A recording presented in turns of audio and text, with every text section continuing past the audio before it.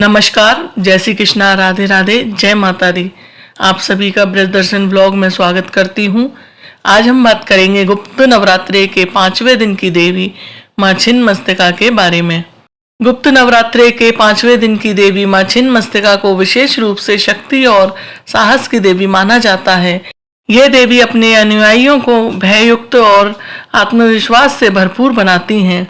आइए जानते हैं माँ छिन्नमस्तिका की पूजा विधि और उनकी महिमा और उनसे जुड़ी कुछ पौराणिक कथाओं के बारे में। वीडियो को अंत तक आप अवश्य देखें और चैनल को सब्सक्राइब करना ना भूलें। माँ छिन्नमस्तिका की महिमा की कई कथाएं प्रचलित हैं। प्राचीन काल में छोटा नागपुर में रज नामक एक राजा रहा करते थे। राजा की पत्नी का नाम रूपमा था। इन्हीं दोनों के नाम से इस स्थान का नाम राजरूपमा पड़ा, जो बाद में राजप्पा हो गया। एक कथा के अनुसार एक बार पूर्णिमा की रात में शिकार की खोज में राजा दामोदर और भैरवी नदी के संगम स्थल पर पहुंचे। रात्रि विश्राम के दौरान राजा ने स्वप्न में लाल वस्त्र धारण किए तेज मुखमंडल वाली एक कन्या को देखा। उसने राजा से कहा, हे राजन, उस आयु में संतान ना होने से तेरा जीवन सूना लग रहा है। मेरी आज्ञा मानोगे तो रानी की गोद भर जाएगी। राजा की आंखें खुली तो वो इधर उधर भटकने लगे। इस बीच उनकी आंखें स्वप्न में देखी कन्या से जा मिली। यह कन्या जल के भीतर से राजा के सामने प्रकट हुई। उनका स्वरूप अलौकिक था। यह देख राजा भयभीत हो उठे। राजा को देखकर वह कन्या कहने लगी, हे राजन, मैं छिन्नमस्तिका देवी हूँ। कलयुग के मनुष्य मुझे नहीं जान सके हैं, जबकि मैं इस वन में प्राचीन काल से गुप्त रूप से निवास कर रही हूँ। मैं तुम्हें वरदान देती हूँ कि आज से ठीक 9वें महीने तुम्हें पुत्र की प्राप्ति होगी। देवी बोली, हे राजन, मिलन स्थल के समीप तुम्हें मेरा एक मंदिर दिखाई देगा। इस मंदिर के अंदर शिलाखंड पर मेरी प्रतिमा अंकित रहेगी। तुम सुबह मेरी पूजा करो। ऐसा कहकर छिन्नमस्तिका अंतर ध्यान हो गई। इसके बाद से ही वह पवित्र तीर्थ रजरप्पा के रूप में विख्यात हो गया। और अन्य कथा के अनुसार एक बार भगवती भवानी अपनी सहेलियों जया और विजय के साथ मंदाकिनी नदी के में स्नान करने गईं। स्नान करने के बाद भूख से उनका शरीर काला पड़ गया।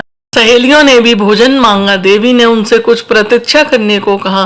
बाद में सहेलियों ने विनम्र आग्रह पर उन्होंने दोनों की भूख मिटाने के लिए अपना सिर काट लिया।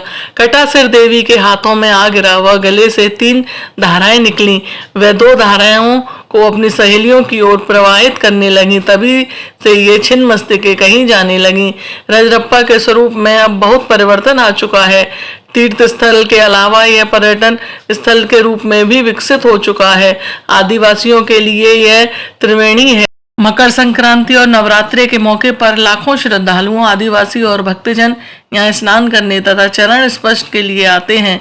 अब यह पर्यटन स्थल का मुख्य केंद्र है। जय माता छिन्नमस्तिका की। तो भक्तों, ये थी माँ छिन्नमस्तिका की अद्भुत कथा और उनकी महिमा। तो अब चलिए आगे बढ़ते हैं और जानते हैं नवरात्रि के 5वें दिन माँ देवी स्कंद माता के बारे में। माँ स्कंद माता की कथा भी उतनी ही प्रेरणादायक और महत्वपूर्ण है। उन्हें उनकी संतानों के रक्षक और पालनकर्ता के रूप में जाना जाता है। आइए जानते हैं माँ स्कंद माता की पूजा विधि, उनकी महिमा और उनसे जुड़ी पौराणिक कथाओं के बारे में। कि सभी जानते हैं, नवरात्रि के 5वें दिन माँ स्कंद माता की पूजा की जाती है। भगवान शिव और माता पार्वती के पुत्र कार्तिकेय को स्कंद के नाम से भी जाना जाता है। भगवान स्कंद को माता पार्वती ने प्रशिक्षित किया था। स्कंद माता हिमालय की पुत्री पार्वती हैं। इन्हें माहेश्वरी और गौरी के नाम से भी जाना जाता है। पर्वतराज हिमालय की पुत्री होने के कारण पार्वती कही जाती हैं। पौराणिक कथाओं के अनुसार पहाड़ों पर रहकर सांसारिक जीवों में नवचेतना का निर्माण करने वाली स्कंद माता नवरात्रि के 5वें दिन इन देवी की पूजा अर्चना की जाती है। कहते हैं कि इनकी कृपा से मूढ़ भी ज्ञानी हो जाता है। स्कंद कुमार कार्तिकेय की माता के कारण इन्हें स्कंद माता का नाम अभेद किया गया है। इनके विग्रह में भगवान स्कंद बाल स्वरूप में इनकी गोद में विराजित हैं।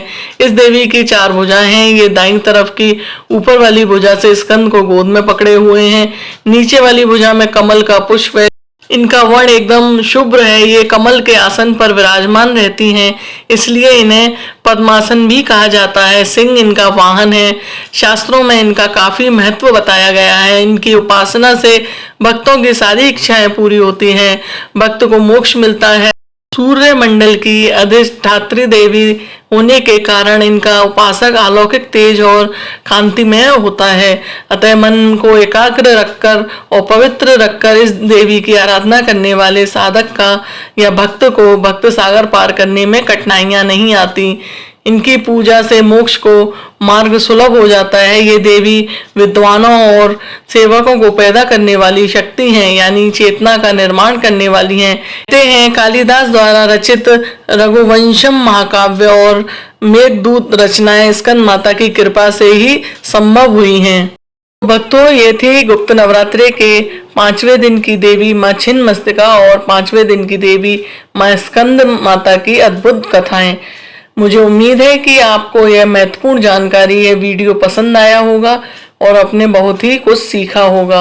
अगर आपको ये वीडियो पसंद आया है तो इसे लाइक करें, शेयर करें और मेरे चैनल ब्रज दर्शन ब्लॉग को सब्सक्राइब करना ना भूलें। इससे मुझे और भी प्रेरणा मिलती है आपके लिए और ऐसे ही रोचक वीडियो बनाने के लिए।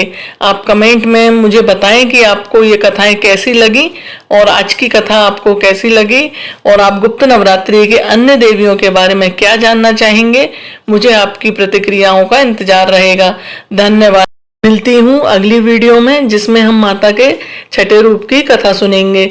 तब तक के लिए जय माता दी।